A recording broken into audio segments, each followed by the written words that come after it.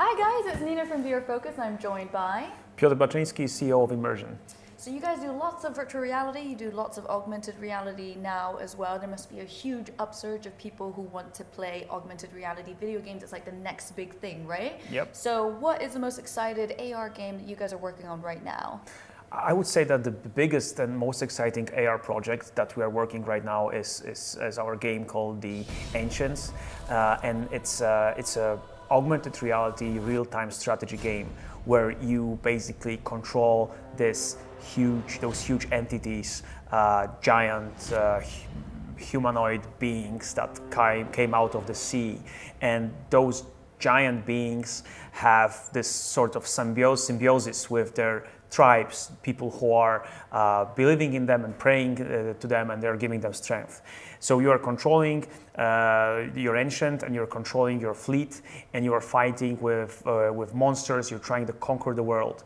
And the crazy thing about it is you get to basically spawn this whole field of battle, this whole piece of ocean into the middle of your room, and you can see this battle unfold in front of your eyes. So you see different ships fighting against each other, shooting at each other, using flamethrowers, catapults, ballistas, and also magical spells, and then those giant creatures among them taking those ships, picking them apart, and it all happens, in your living room, wherever you want to play it. Wow, how long does an average game last for?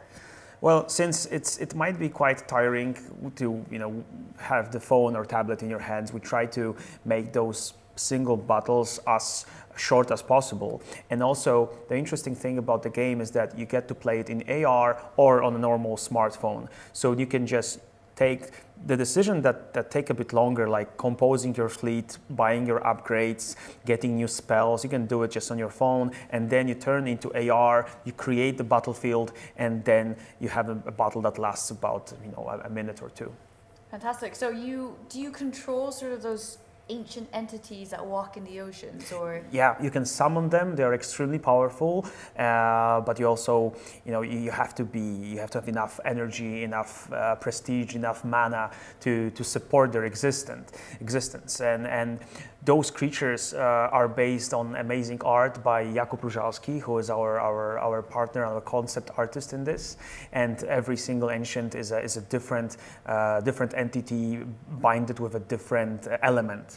So there's fire, ice, and also different inspirations from Nordic, Asian, and Middle Eastern mythology. So does that include music? Will there be different types of music playing every single time you bring up like one of these beautiful ancient creatures? Yes, there's different music. There are different voices, and also every culture has different ships, which we made based on traditional styles of different cultures. So if you have the faction that is inspired by Southeast Asia and Asia in general, you'll have ships based on like traditional Korean turtle ships, Chinese pirate ships. If you select a Nordic culture, you will have Viking-style drag cars.